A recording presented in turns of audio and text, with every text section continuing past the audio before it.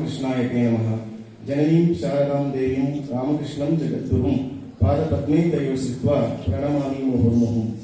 ನಮಸ್ತ್ರೀಯತಿ ರಾಜಾಯ ವಿವೇಕಾನಂದ ಸೂರ್ಯೇ ಸಚ್ಚಿತ್ಸುಖ ಸ್ವರೂಪಾಯ ಸ್ವಾಮಿ ನೇತಾಪಹಾಣಿ ಸ್ವಾಮಿ ನೇತಾಪಹಾಣಿ ಸ್ವಾಮಿ ನೇತಾಪಹಾಣಿ.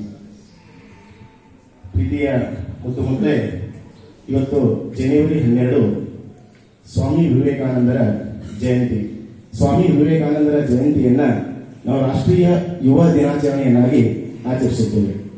ಮೊದಲನೇದಾಗಿ ಸ್ವಾಮಿ ವಿವೇಕಾನಂದರ ಜಯಂತಿಯಲ್ಲಿ ಭಾಗಿಯಾದ ಪರಮ ಪೂಜ್ಯರಿಗೆ ನಮನಗಳನ್ನು ಸಲ್ಲಿಸುತ್ತಾ, ಹಾಗೆ ಪ್ರೀತಿಯ ಎಲ್ಲ ವಿದ್ಯಾರ್ಥಿಗಳಿಗೂ ಮತ್ತು ನನ್ನೆಲ್ಲ ಶಿಕ್ಷಕ ಬಂಧುಗಳಿಗೂ ಮೊದಲನೇದಾಗಿ ಸ್ವಾಮಿ ವಿವೇಕಾನಂದ ಜಯಂತಿಯ ಹಾರ್ದಿಕ ಶುಭಕಾಮನೆಗಳು. ಸ್ವಾಮಿ ವಿವೇಕಾನಂದರ ಜಯಂತಿಯ ಬಗ್ಗೆ ಮಾತನಾಡುವುದಕ್ಕಿಂತ ಮುಂಚಿತವಾಗಿ ನಾನು ಸ್ವಾಮಿ ವಿವೇಕಾನಂದರ ಹಾಡಿನೊಂದಿಗೆ ನನ್ನ ಮಾತುಗಳನ್ನ ಆರಂಭಿಸುತ್ತೇನೆ.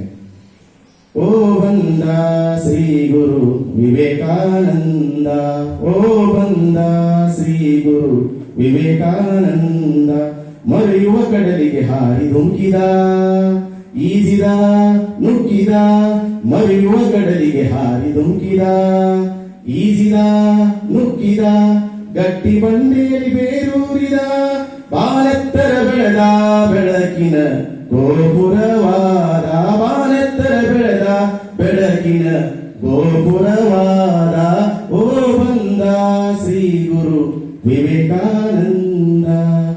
ಪ್ರೀತಿಯ ವಿದ್ಯಾರ್ಥಿಗಳೇ, ರಾಷ್ಟ್ರಕವಿ GS ಶಿವರುದ್ರಪ್ಪ ಅವರು ವಿವೇಕಾನಂದರ ಇಚ್ಛಾಶಕ್ತಿ ಮತ್ತು ದೇಹದಾರ್ಢ್ಯದ ಬಗ್ಗೆ ಈ ರೀತಿ ತಮ್ಮ ಹಾಡಿನ ಮೂಲಕ ಅವತರಿದ್ದಾರೆ. ವಿವೇಕಾನಂದರು ಎಂತಹ ಅದ್ಭುತವಾದ ಶಕ್ತಿ ಅಂತ ಕೇಳಿದ್ರೆ ಅದು ಹೇಳಕ್ಕಾಗಂಗಿಲ್ಲ. ಅಷ್ಟು ಅದ್ಭುತವಾದ ಶಕ್ತಿ ವಿವೇಕಾನಂದರು ಇದ್ರು. ವಿವೇಕಾನಂದರ ನಾವು ಯಾವ ರೀತಿ ನೆನಪಿಟ್ಕೋತೀವಿ ಅಂತ ಕೇಳಿದ್ರೆ, ವಿವೇಕಾನಂದರ ಜೀವನದಲ್ಲಿ ನಡೆದಂತ 2 ಘಟನೆಗಳಿಂದ ನಾವು ನೆನಪಿಟ್ಕೋತೀವಿ. ಒಂದು ಕನ್ಯಾಕುಮಾರಿಯಲ್ಲಿ ನಡೆದಂತ ಘಟನೆ, ಇನ್ನೊಂದು ಚಿಕಾಗೋ ವಿಶ್ವ ಧರ್ಮ ಸಮ್ಮೇಳನದಲ್ಲಿ ನಡೆದಂತ ಘಟನೆ. ಬಹುಶಃ ಈ 2 ಘಟನೆಗಳು ವಿವೇಕಾನಂದರ ಜೀವನದಲ್ಲಿ ನಡೆದಿದ್ದಿಲ್ಲ ಅಂತಂದ್ರೆ ಯಾರು ವಿವೇಕಾನಂದರನ್ನ ನೆನಪಿಟ್ಕೊಳ್ಳೋಕೆ ಸಾಧ್ಯ ಆಗ್ತಿದ್ದಿಲ್ಲ. ಏನದು ಅಂತ ಕೇಳಿದ್ರೆ, ಒಮ್ಮೆ ಸ್ವಾಮಿ ವಿವೇಕಾನಂದರು ಪರಿವಾರ್ಜಕ ಸನ್ಯಾಸಿಯಾಗಿ ಕಾಲ್ನಡಿಗೆಯಲ್ಲಿ ಭಾರತವನ್ನ ಸಂಚರಿಸಿರ್ತಾರೆ. ಭಾರತವನ್ನು ಸಂಚರಿಸುತ್ತಿರುವ ಸಂದರ್ಭದಲ್ಲಿ ಭಾರತದಲ್ಲಿರ್ತಕ್ಕಂಥ ಕಡು ಬಡತನ, ಊಟ ಇಲ್ಲದೆ ಎಷ್ಟೋ ಜನ ಏನಪ್ಪಾ ಅಂದ್ರೆ ನರಳಾತಿರ್ತಾರೆ. ಅದನ್ನ ನೋಡಿದ ಸ್ವಾಮಿ ವಿವೇಕಾನಂದರಿಗೆ ಬಹಳಷ್ಟು ವಿಚಿತ್ರ ಅನಿಸ್ತದೆ. ಅದಕ್ಕೆ ಅವರು ಸ್ವಾಮಿ ವಿವೇಕಾನಂದರು ಹಾಗೆ ನಡ್ತಾ ಹೋಗ್ತಾ ಇದ್ದಾಗ ಒಂದು ಭಾರತದ ಹಿಂದೂಗಳ ತೀರ್ಥಕ್ಷೇತ್ರ ಯಾವುದು ಅಂತ ಕೇಳಿದ್ರೆ ಕನ್ಯಾಕುಮಾರಿ. ಆ ಕನ್ಯಾಕುಮಾರಿಯ ದೇವಸ್ಥಾನದ ಒಳಗೆ ಸ್ವಾಮಿ ವಿವೇಕಾನಂದರು ಹೋದ್ಮೇಲೆ ಸ್ವಾಮಿ ವಿವೇಕಾನಂದರು ಕನ್ಯಾಕುಮಾರಿ ದೇವಿ ಏನ್ ಕೇಳ್ತಾರೆ ಅಂತ ಕೇಳಿದ್ರೆ, ಹೇ ಜಗನ್ಮಾತೆ, ನನಗೆ ಸ್ವರ್ಗ ಬೇಡ, ಮುಕ್ತಿ ಬೇಡ, ನನಗೆ ಕೋಟಿ ಕೋಟಿ ದೀನ ದರಿದ್ರರನ್ನ ಮೇಲೆತ್ತುವ ಮಾರ್ಗ ತೋರು ಅಂತ ಕೇಳ್ತಾರೆ. ಮಕ್ಕಳೇ, ಭಾರತದವರಿಗೆ ಅಷ್ಟು ಅವರು ಪ್ರೀತಿಯಿಂದ ಕೊಟ್ಟಿದ್ದಾರೆ. ಬಹುಶಃ ನಾವು ಕನ್ಯಾಕುಮಾರಿ ದೇವಸ್ಥಾನದ ಮುಂದೆ ಇದ್ದು ಏನ್ ಕೇಳ್ತಿದ್ವಿ, ಶೇಖರ್ ಸರ್ ಆದ್ರೆ CET ಪಾಸ್ ಆಗ್ಲಿ, TET ಪಾಸ್ ಆಗ್ಲಿ ಅಂತ ನಾವು ಕೇಳ್ತಿದ್ವಿ. ಆದ್ರೆ ನೀವು 10th ಎಕ್ಸಾಮ್ ಚಲೋ ಆಗ್ಲಿ, 10th ಎಕ್ಸಾಮ್ ಪಾಸ್ ಆಗಲಿ ಅಂತ ನೀವು ಕೇಳ್ತಿದ್ರಿ, ಹೌದಲ್ಲ? ಆದ್ರೆ ಸ್ವಾಮಿ ವಿವೇಕಾನಂದರು ಕೇಳಿದ್ದೇನು, ಭಾರತದ ಕೋಟಿ ಕೋಟಿ ದೀನ ದರಿದ್ರರನ್ನ ಮೇಲೆತ್ತುವ ಮಾರ್ಗ ತೋರುವಂತ ಸ್ವಾಮಿ ವಿವೇಕಾನಂದರು ಕೇಳ್ತಾರಲ್ಲ, ಅದು ಭಾರತೀಯತೆ, ಅದು ರಾಷ್ಟ್ರೀಯತೆ, ಅದು ನಿಜವಾದ ಭಾರತೀಯ ಧರ್ಮ ಅಂತ ನಾವು ಇಲ್ಲಿ ಹೇಳ್ಬೋದು. ಆಮೇಲೆ ಸ್ವಾಮಿ ವಿವೇಕಾನಂದರು ಕೇಳಿದ ಮೇಲೆ ಕನ್ಯಾಕುಮಾರಿ ಹೊರಗೆ ಬರ್ತಾರೆ. ನಿಮ್ಗೆಲ್ಲರಿಗೂ ಗೊತ್ತೈತಿ, ಭಾರತದ ದಕ್ಷಿಣದ ತುತ್ತದಲ್ಲಿ ಹಿಂದೂ ಮಹಾಸಾಗರ ಐತಿ. ಹಿಂದೂ ಮಹಾಸಾಗರವನ್ನು ನೋಡಿರ್ತಕ್ಕಂಥ ಸ್ವಾಮೀಜಿ ಏನಂತಾರಪ್ಪ ಅಂತ ಕೇಳಿದ್ರೆ, ಆ ಹಿಂದೂ ಮಹಾಸಾಗರದ ಮಧ್ಯದಲ್ಲಿ 2 ವಿಶಾಲವಾದ ಹೆಬ್ಬಂಡೆಗಳು, ಕಲ್ಲುಗಳು. ಅದನ್ನು ನೋಡಿದ್ರೆ ಸ್ವಾಮಿ ವಿವೇಕಾನಂದರು ಏನ್ ಅನ್ಸ್ತದಪ್ಪ ಅಂದ್ರೆ, ನಾನು ಅಲ್ಲಿ ಹೋಗಿ ಧ್ಯಾನ ಮಾಡ್ಬೇಕು ಅಂತ ಅನ್ಸ್ತೈತಿ. ಅವರು ಸಮುದ್ರದಲ್ಲಿ ಹೋಗ್ತಾರೆ. ಅಲ್ಲಿ ಹೋದಾಗ ಬರಿಗೈ ಭಗೀರನಾಗಿ ಸ್ವಾಮಿ ವಿವೇಕಾನಂದರು ಇರ್ತಾರೆ. ಅವ್ರ ಬಳಿ ಏನಿದಿಲ್ಲ, ಒಂದು ಖಾಲಿ ಬಟ್ಟಿ ಮಾತ್ರ ಇರ್ತೈತಿ, ಒಂದು ದುಡ್ಡು ಕೂಡ ಇರೋದಿಲ್ಲ. ಅದಕ್ಕೆ ಆ ಅಂಬಿಗ ಹೇಳ್ತಾನೆ, ಅಂಬಿಗ ಸ್ವಾಮೀಜಿ, ಅಲ್ಲಿ ನಿಮ್ಗೆ ಒಯ್ಬೇಕಂದ್ರೆ ದುಡ್ಡು ಬೇಕು, ದುಡ್ಡು ನಿಮ್ ಕಡೆ ಎಲ್ಲ ಒಯ್ಯಲಿಲ್ಲ ಅಂತ. ಅದಕ್ಕೆ ಸ್ವಾಮಿ ವಿವೇಕಾನಂದರು ಸ್ವಾಮೀಜಿ ಏನ್ ಮಾಡ್ತಾರಪ್ಪ ಅಂತ ಕೇಳಿದ್ರೆ, ನೋಡ್ರಿ ಅವ್ರ ಏನ್ ಮಾಡ್ತಾರಪ್ಪ ಅಂದ್ರೆ, ಸಮುದ್ರ ಹೆಂಗಿರ್ತೈತಿ ನೋಡ್ರಿ, ರಭಸವಾದ ಅಲೆಗಳು ಬರ್ತಿರ್ತಾವ. ಸಮುದ್ರ ನೋಡಿದ ತಕ್ಷಣ ನಮ್ಗ ಬಹಳಷ್ಟು ಗಾಬರಿ ಆಗ್ತೈತಿ. ನಾವು ಬಾವಿಯಲ್ಲಿ ಈಸಕ ಬಂದವರು ನಾವು. ಅವ್ರು ಸಮುದ್ರದಾಗ ಮಹಾಸಾಗರದಾಗ ಈಸ್ತಾರಲ್ಲ, ಆ ರಭಸವಾಗಿ ಬರ್ತಕ್ಕಂತ ಅಲೆಗಳನ್ನ ಈಜಿ ನುಗ್ಗಿ ಆ ಬಂಡೆಗಳ ಮೇಲೆ ಕುತ್ಕೊಂತಾರೆ. 1 ದಿವಸ ಅಲ್ಲ, 2 ದಿವಸ ಅಲ್ಲ, 3 ದಿವಸಗಳ ಕಾಲ ಬಂಡೆಗಳ ಮೇಲೆ ಅನ್ನ ಊಟ ನಿದ್ರೆ ಇಲ್ಲದೆ 3 ವರ್ಷಗಳ ಕಾಲ ಅಲ್ಲಿ ತಪಸ್ಸು ಮಾಡ್ತಾರೆ. ಯಾವುದ್ರ ಕುರಿತು ತಪಸ್ಸು ಮಾಡ್ತಾರಪ್ಪ ಅಂದ್ರೆ ಭವ್ಯವಾದ ಭಾರತದ ಕನಸನ್ನ ಅಲ್ಲಿ ಕಾಣ್ತಾರೆ. ಅದಕ್ಕಂತೇಳಿ ಇವತ್ತಿನ ದಿವಸ ಕನ್ಯಾಕುಮಾರಿ ಬಂಡೆಗಳಿಗೆ ಒಂದು ಹೆಸರು ಬಂದೈತಿ ನೋಡ್ರಿ. ಸ್ವಾಮಿ ವಿವೇಕಾನಂದರ ಸಂಪರ್ಕಕ್ಕೆ ಬಂದವರು ಆ ಒಂದು ಬಂಡೆ ನಿರ್ಜೀವ ಕಲ್ಲು ಹೌದಲ್ಲ, ಅದು ಕೂಡ ಇವತ್ತಿನ ದಿವಸ ಫೇಮಸ್ ಆಗ್ಬಿಟ್ಟೈತಿ. ಡಿಸೆಂಬರ್ 25 ನಾವು ಏನ್ ಮಾಡ್ತೀವಪ್ಪ ಅಂತ ಕೇಳಿದ್ರೆ ರಾಕ್ ಡೇ ಅಂತ ಮಾಡ್ತೀವಿ ನೋಡಿ. ಸ್ವಾಮಿ ವಿವೇಕಾನಂದ ಸಂಪರ್ಕ ಬಂದಂತ ಒಂದು ನಿರ್ಜೀವವಾದ ವಸ್ತು ಕಲ್ಲು ಕೂಡ ಬದಲಾವಣೆ ಆಗಿದೆ. ಅದು ಶ್ರೇಯಸ್ ಕಂಡದ ನಾವು ಕೂಡ ಸ್ವಾಮಿ ವಿವೇಕಾನಂದರ ಜೀವನ ಸಂದೇಶಗಳನ್ನ ನಮ್ಮ ಜೀವನದಲ್ಲಿ ಏನ್ ಮಾಡಬೇಕು, ಓದ್ಬೇಕು, ಅಧ್ಯಯನ ಮಾಡಬೇಕು. ಯಾರು ಸ್ವಾಮಿ ವಿವೇಕಾನಂದರ ಜೀವನವನ್ನ ಅಧ್ಯಯನ ಮಾಡ್ತಾರೋ ಅವರು ಜೀವನದಲ್ಲಿ ಬಂದಿರತಕ್ಕಂತ ಕಷ್ಟಗಳನ್ನ ಸಮಸ್ಯೆಗಳನ್ನ ಎದುರಿಸ್ತಾರೆ. ಅದಕ್ಕೆ ಸ್ವಾಮಿ ವಿವೇಕಾನಂದರು ಒಂದು ಕೊಟೇಶನ್ ಹೇಳ್ಯಾರ, ಏನಪ್ಪಾ ಅಂತ ಕೇಳಿದ್ರೆ ಈ ಜಗತ್ತೊಂದು ಬಹುದೊಡ್ಡ ಗರಡಿ ಮನೆ ಅಂತ ಹೇಳ್ತಾರೆ. ಈ ಜಗತ್ತೊಂದು ಬಹುದೊಡ್ಡ ಗರಡಿ ಮನೆ, ನಾವಿಲ್ಲಿಗೆ ಬಂದಿರುವುದು ನಮ್ಮನ್ನು ನಾವು ಬಲಿಷ್ಠರನ್ನಾಗಿಸಿಕೊಳ್ಳುವುದಕ್ಕಾಗಿ ಅಂತ. ಅದಕ್ಕಾಗಿ ಅವ್ರು ಇನ್ನೊಂದು ಹೇಳ್ತಾರೆ ಏನಪ್ಪಾ ಅಂದ್ರೆ, ಏಳಿರಿ ಎದ್ದೇಳಿರಿ ಮತ್ತೆ ಮೈ ಮರೆಯಲಿರಿ, ನಿಮ್ಮಲ್ಲಿ ಪ್ರತಿಯೊಬ್ಬರಲ್ಲೂ ಎಲ್ಲ ದುಃಖ ದಾರಿದ್ರ್ಯಗಳನ್ನು ನೀಗಿಸಿಕೊಳ್ಳಬಲ್ಲ ಶಕ್ತಿ ಇದೆ, ಅದನ್ನು ನಂಬಿರಿ, ಆಗ ಆ ಶಕ್ತಿಯು ಹೊರಹೊಮ್ಮುತ್ತದೆ ಅಂತ ಸ್ವಾಮಿ ವಿವೇಕಾನಂದರು ತಮ್ಮ ಭವ್ಯವಾದ ಸಂದೇಶಗಳ ಮೂಲಕ ಹೇಳಕತ್ತಾರೆ. ಹಾಗಾದ್ರೆ ಸ್ವಾಮಿ ವಿವೇಕಾನಂದರ ಜೀವನ ಸಂದೇಶಗಳು ಅವ್ರು ಕೊಟ್ಟಂತ ಥಾಟ್ಸ್ ಹೆಂಗದವಪ್ಪ ಅಂತ ಕೇಳಿದ್ರೆ ನಮ್ಗೆ ಟಾನಿಕ್ ಇದ್ದಂಗೆ. ಹೆಂಗ ಒಂದು ಉದಾಹರಣೆ ಹೇಳ, ನಿಜ ಜೀವನದಲ್ಲಿ ನಡೆದಂತ ಘಟನೆ. ನೀವೆಲ್ಲರೂ ಅಣ್ಣಾ ಹಜಾರೆಯನ್ನ ನೋಡಿರಿಲ್ಲ? ಎಷ್ಟು ಜನ ನೋಡಿರಿ ಅಣ್ಣಾ ಹಜಾರೆನ? ನಾನು ನೋಡಿ, ನಾನು ಸ್ವತಃ ಅಣ್ಣಾ ಹಜಾರೆ ಹತ್ರ ರಾಳೆಗಲ್ ಸಿಟಿ, ಮಹಾರಾಷ್ಟ್ರದ ರಾಳೆಗಲ್ ಸಿಟಿ ರಾಮಕೃಷ್ಣ ವಿವೇಕಾನಂದ ಆಶ್ರಮದ ಸ್ವಾಮೀಜಿಯವರ ಹತ್ರ ನಾನು ರಾಳೆಗಲ್ ಸಿಟಿ ಅಣ್ಣಾ ಹಜಾರೆ ಹತ್ರ ಹೋಗಿ ಅವ್ರ ಜೊತೆ ನಾನು ಮಾತಾಡ್ಕೊಂಡು ಬಂದಿದ್ದೇನೆ. ಸ್ವಾಮೀಜಿಯವರು ಕೂಡ ಇದ್ರು. ಅವರ ಒಂದು ನಯ ವಿನಯ ಎಂತದ್ದು ಅದ್ಭುತವಾದದ್ದು. ಯಾಕೆ ಈ ಘಟನೆ ಹೇಳಾಕತ್ತೀನಿ ಅಂತ ಕೇಳಿದ್ರೆ, ಅಣ್ಣಾ ಹಜಾರೆ ಅವರು ಸೇನಾ ಇಲಾಖೆಯಲ್ಲಿ ಸುಮಾರು 17 ವರ್ಷಗಳ ಕಾಲ ಮಾಡಿರ್ತಾರೆ, ಸೇವೆ ಮಾಡಿರ್ತಾರೆ ಆರ್ಮಿಯಲ್ಲಿ. ಸೇವೆಯನ್ನ ಮಾಡಿ ಅವ್ರು ಏನ್ ಮಾಡ್ತಾರಪ್ಪ ಅಂತ ಬಳ್ಳಿ ಅವ್ರು ಊರಿಗೆ ಬರ್ತಾರೆ. ಊರಿಗೆ ಬಂದಾಗ ಅವ್ರ ಮನೆಯ ವಾತಾವರಣ ಏನಾಗಿರ್ತವಪ್ಪ ಅಂತ ಕೆಟ್ಟಿರ್ತೈತಿ. ಬಹಳಷ್ಟು ಕಷ್ಟಗಳಿರ್ತಾವ, ಸಮಸ್ಯೆಗಳಿರ್ತಾವ. ಆ ಸಮಸ್ಯೆಯ ಸುಳಿಯಲ್ಲಿ ಮನೆಯ ಕುಟುಂಬದರೆಲ್ಲರೂ ಏನಪ್ಪಾ ಅಂದ್ರೆ ಬಹಳಷ್ಟು ಡಿಪ್ರೆಸ್ ಒಳಗಾಗಿರ್ತಾರೆ. ಅದಕ್ಕೆ ಅಣ್ಣಾ ಹಜಾರಿಗೆ ಏನ್ ಅನ್ಸದಪ್ಪ ಅಂತ ಕೇಳಿದ್ರೆ, ನಾನು ಬದುಕಬಾರದು ಅಂತ ಅನ್ಸ್ತೀವಿ. ಈ ಸಮಸ್ಯೆ, ಈ ಡಿಪ್ರೆಷನ್ ಇಂದ ನಾನು ಹೊರಗೆ ಹೋಗ್ಬೇಕಂದ್ರೆ ನಾನು ಸಾಯ್ಬೇಕು, ಬದುಕಬಾರದು ಅಂತ ತಿಳ್ಕೊಂಡು ಅಣ್ಣಾ ಹಜಾರೆ ಏನ್ ಮಾಡ್ತಾರಪ್ಪ ಅಂದ್ರೆ ರೈಲ್ವೆ ಸ್ಟೇಷನ್ ಹೋಗ್ತಾರೆ. ರೈಲ್ವೆ ಸ್ಟೇಷನ್ ಹೋಗ್ಮೇಲೆ ಅವ್ರು ಏನ್ ಸಾಯ್ಬೇಕಾಗಿದ್ದ ಟ್ರೈನ್ ಬರೋದಿತ್ತಲ್ಲ, ಅದು ಬರೋದು 10 ನಿಮಿಷ ಲೇಟ್ ಆಗ್ತೈತಿ. ಅನೌನ್ಸ್ ಮಾಡ್ತಾರೆ, ಈ ಟ್ರೈನ್ ಬರೋದು 10 ನಿಮಿಷ ಲೇಟ್ ಆಗ್ತೈತಿ ಅಂತಂದಾಗ ಅಣ್ಣಾ ಹಜಾರೆ ಏನ್ ಮಾಡ್ತಾರೆ, ಇನ್ನ 10 ನಿಮಿಷ ಐತಿ ಸಾಯೋದು, ಇನ್ನ 10 ನಿಮಿಷ ಐತಿಲ್ಲ, ಏನ್ ಮಾಡ್ಬೇಕು ಅಂತ ತಿಳ್ಕೊಂಡು ಅಲ್ಲೇ ಪ್ಲಾಟ್ಫಾರ್ಮ್ ದಾಗ ಏನಪ್ಪ ಅಂದ್ರೆ ರೌಂಡ್ ಹಾಕ್ತಾರೆ. ಅಲ್ಲಿ ಒಂದು ಬುಕ್ ಸ್ಟಾಲ್ ದಾಗ ಸ್ವಾಮಿ ವಿವೇಕಾನಂದರ ಥಾಟ್ಸ್ ಇರ್ತಕ್ಕಂಥ ಒಂದು ಪುಸ್ತಕ ಇದೆ, ಅಲ್ಲಿ ₹2 ಪುಸ್ತಕ. ಆ ಅಣ್ಣಾ ಹಜಾರೆ ಆ ₹2 ಇರ್ತಕ್ಕಂಥ ಸ್ವಾಮಿ ವಿವೇಕಾನಂದರ ಪುಸ್ತಕವನ್ನ ತಗೋತಾರೆ, ತಗೊಂಡು ಹೋಗ್ತಾರೆ.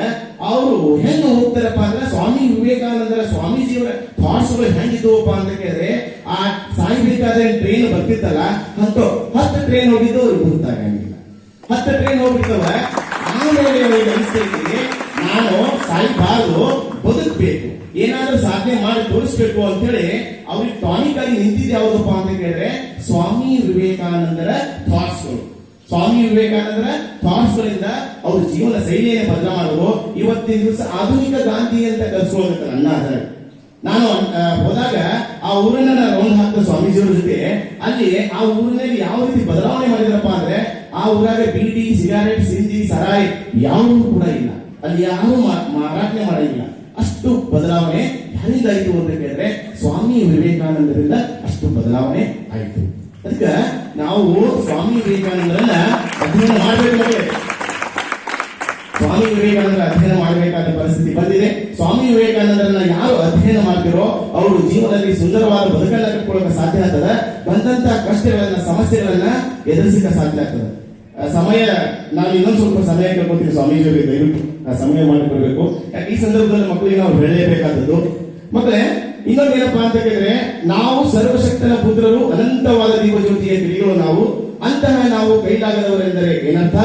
ನಾವು ಸರ್ವ ಸಮರ್ಥರು, ಸಕಲವನ್ನು ಸಾಧಿಸಲು ಸನ್ನದ್ಧರಾಗಿರುವವರು, ಮನುಷ್ಯನಿಂದ ಮೇಲೆ ಏನೆಲ್ಲವನ್ನು ಮಾಡಲು ಸಾಧ್ಯವಾಗಲೇಬೇಕು ಅಂತ ಸ್ವಾಮಿ ವಿವೇಕಾನಂದರು ಹೇಳ್ತಾರೆ. ಹೌದು, ಮನುಷ್ಯನ ಮೇಲೆ ಏನೆಲ್ಲವನ್ನು ಮಾಡಲು ಸಾಧ್ಯವಾಗಲೇಬೇಕು.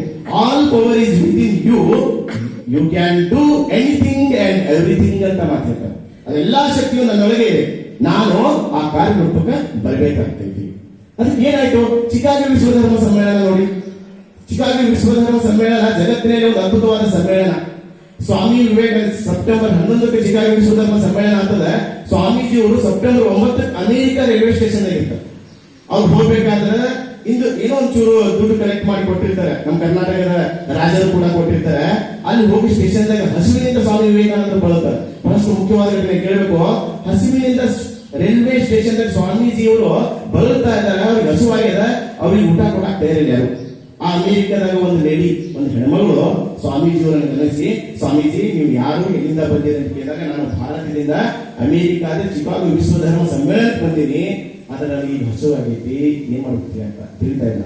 ಆ ತಾಯಿ ಏನ್ ಮಾಡ್ತಾರಪ್ಪ ಅಂದ್ರೆ ಸ್ವಾಮಿ ವಿವೇಕಾನಂದರನ್ನ ತನ್ನ ಮನೆಗೆ ಕರ್ಕೊಂಡು ಹೋಗಿ ಅವರಿಗೆ ಊಟ ಉಪಚರಿಸಿ ಕೊಟ್ಟು ಆಮೇಲೆ ಏನ್ ಮಾಡ್ತಾರಪ್ಪ ಅಂತ ಕೇಳಿದ್ರೆ, ಸ್ವಾಮೀಜಿ ಇಲ್ಲಿ ನಮ್ಮ ಮನೆ ಪಕ್ಕಕ್ಕ ಅಮೆರಿಕಾದಲ್ಲಿ ಗ್ರೇಟ್ ವಾಗ್ಮಿಗಳಾಗಿರ್ತಾರೆ, ಶ್ರೇಷ್ಠ ಚಿಂತಕ ಆಗಿರ್ತಾರೆ, ರೈಟ್ ಅಂತ ಹೇಳಿ ಅವ್ರಿಗೆ ಭೇಟಿ ಮಾಡಿಸ್ತಾರೆ ಅಂತ ಹೇಳಿ ಆ ಅಮೆರಿಕಾದ ಶ್ರೇಷ್ಠ ಚಿಂತಕರನ್ನ ಕರೆಯಾಗಿ ಹೋಗ್ತಾಳೆ.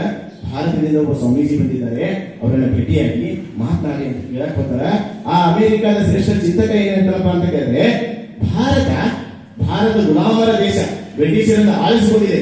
ಭಾರತ ಅಂದ್ರೆ ನನಗೆ ಆಗಂಗಿಲ್ಲ, ಅದರಲ್ಲಿ ಭಾರತದ ಜನರ ಅಂದ್ರೆ ನನಗೆ ಆಗಂಗಿಲ್ಲ, ಅವರು ಗುಲಾಮರ ಅವ್ರ ಹತ್ರ ಮಾತಾಡಕ್ಕೆ ನನಗೆ ಟೈಮ್ ಇಲ್ಲ ಅಂತ ಆ ವ್ಯಕ್ತಿ ಹೇಳಿದಾಗ, ಆ ಹೆಣ್ಮಗಳು ಹೇಳ್ತಾರ, ಒತ್ತಾಯಪೂರ್ವಕ ಹೇಳ್ತಾರೆ, ದಯವಿಟ್ಟು ಇಲ್ಲ ಅನ್ಬೇಡ್ರಿ, ಸ್ವಾಮೀಜಿಯವರಲ್ಲಿ ಅಪಾರವಾದ ಅದ್ಭುತವಾದ ಜ್ಞಾನ ಐತಿ, 1-2 ನಿಮಿಷ ಮಾತಾಡಿ ನೀವು, ಆಮೇಲೆ ಹೋಗ್ಬಿಡು ಅಂತಂದಾಗ ಆ ಹೆಣ್ಮಗಳು ಒತ್ತಾಯ ಮೇರೆಗೆ ಆ ಅಮೆರಿಕಾದ ಶ್ರೇಷ್ಠ ಚಿಂತಕ ಬಂದು ಸ್ವಾಮೀಜಿಯರ ಹತ್ರ ಕುಂತು ಮಾತಾಡ್ತಾನೆ.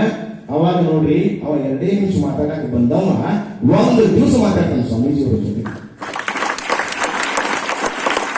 ಯಾಕಂತ ಕೇಳಿದ್ರೆ ಅದ್ಭುತವಾದ ಜ್ಞಾನ ಸ್ವಾಮಿ ವಿವೇಕಾನಂದರ ಹತ್ರ ಇರ್ತೈತಿ. ಅದಕ್ಕ ಆತನೇ ಹೇಳ್ತಾನೆ, ಇಂತಹ ಅಮೆರಿಕಾದ 400 ವರ್ಷಗಳಿಂದ ನೋಡ್ತಾ ಇದ್ದೀನಿ ನಾನು, 400 ವರ್ಷಗಳ ಇತಿಹಾಸ ನೋಡಿ ನಾನು. ಈ ಸ್ವಾಮಿ ವಿವೇಕಾನಂದರಂತ ಜ್ಞಾನ ಇರ್ತಕ್ಕಂತ ವ್ಯಕ್ತಿ ಇನ್ನೊಬ್ಬ ಈ ಅಮೆರಿಕ ಭೂಮಿಗೆ ಬಂದಿಲ್ಲ. ಅಷ್ಟು ಅದ್ಭುತವಾದ ಜ್ಞಾನ ಸ್ವಾಮಿ ವಿವೇಕಾನಂದರ ಐತಿ ಅಂತ ಅವನೇ ಹೇಳ್ತಾನೆ.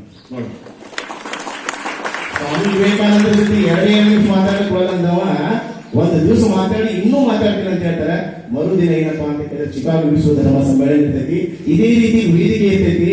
ಎಲ್ಲಾ ಜಗತ್ತಿನ ಎಲ್ಲಾ ದೇಶಗಳ ಧರ್ಮ ಮುಖಂಡರು ಬಂದಿರ್ತಾರೆ, ಎಲ್ಲರೂ ಕುತ್ಕೊಂಡಿರ್ತಾರೆ. ಅಂದ್ರೆ ಚಿಕಾಗೋ ವಿಶ್ವಧರ್ಮ ಸಮ್ಮೇಳನದ ಉದ್ದೇಶ ಏನಪ್ಪಾ ಅಂತ ಕೇಳಿದ್ರೆ ಎಲ್ಲಾ ಧರ್ಮಗಳ ಸಾರವನ್ನ ತಿಳಿಸೋದು. ಅದಕ್ಕೆ ಸ್ವಾಮಿ ವಿವೇಕಾನಂದ ಕೂತಿರ್ತಾರೆ, ಎಲ್ಲಾ ದೇಶದ ಧರ್ಮ ಪಂಡಿತರು ಮುಖಂಡರು ಬಂದಿರ್ತಾರೆ. ಇನ್ನೇನೋ ಸ್ವಾಮಿ ವಿವೇಕಾನಂದ ಸಂಜೆ ಬರ್ತೈತಿ, ಮಾತನಾಡ್ಬೇಕಂತೆ. ಸ್ವಾಮಿ ವಿವೇಕಾನಂದ ಮಾತಾಡಂತ ಹೇಳ್ತಾರೆ, ಅವ್ರಿಗೆ ಬಾಯಿ ಮಾತು ಬರಂಗಿಲ್ಲ.